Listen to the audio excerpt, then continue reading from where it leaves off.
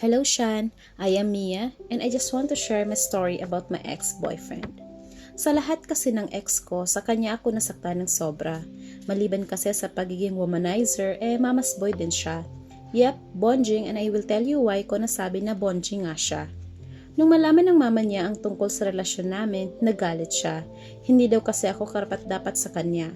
Kasi mahirap kami and may kaya ang family nila. In short, matapobre yung mama niya. Sa tuwing nakikita kami ng nanay niya, mapapalengke man yan o kanto, iniirapan ako. Di ko na lang din pinapatulan. Puro kabaitan at respeto pa din ang ipinapakita ko sa kanila sa kabila ng pagmamaliit nila sa akin. One time nga habang nasa date kami ng ex ko, biglang dumating yung mama niya. Nag-eskandalo at sa sobrang kahihiyan lumabas ako ng resto. Sinundan naman ako ng ex ko. He said he's sorry, he hugged me, and iniwan akong umiiyak na parang tanga.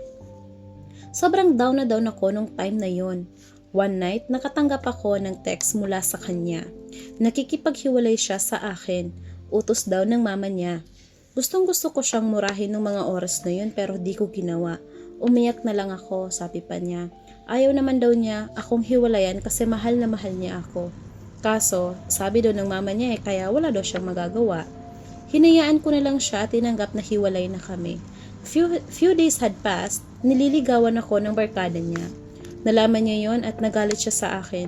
Gusto niyang kami na lang ulit at dahil sa mahal ko nga siya, nakipagbalikan ako. Pero secret lang daw yon. Kami lang daw dapat ang makaalam na kami na ulit. Pumayag ako sa ganong setup kasi nga mahal ko. Nang makalipas ang ilang araw, nalaman ng mama niya na kami na ulit. Nagalit mama niya at sinugod ako.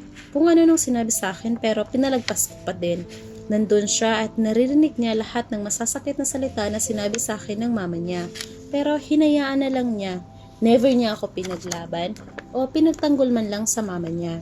Chinichismis ako ng mama niya kung kani-kanino pero wala siyang ginawa. One time, kinausap ko siya. Sabi ko mangingibang bansa ako.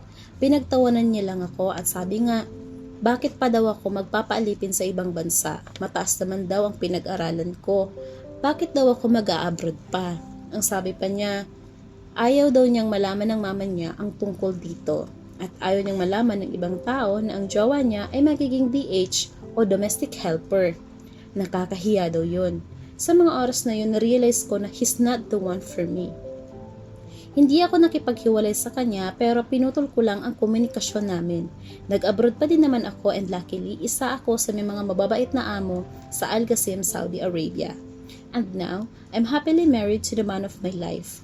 Hindi naman sa pagmamayabang pero nakapagpundar kami ng sasakyan, bahay at lupa at maliit na rin kaming negosyo. Masasabi kong tama ang desisyon kong putulin ang ugnayan namin ng ex ko at pakasalan ang taong mahal ako at kaya akong ipaglaban. Swerte din ako sa mga binan ko at bayaw. They love me and accept me truly. Kaya sa may mga jowa dyan na bonjing, iwan nyo na yan. Hindi na uso ang martyr ngayon. Mas masarap magmahal nang alam mong ikaw lang ang minamahal.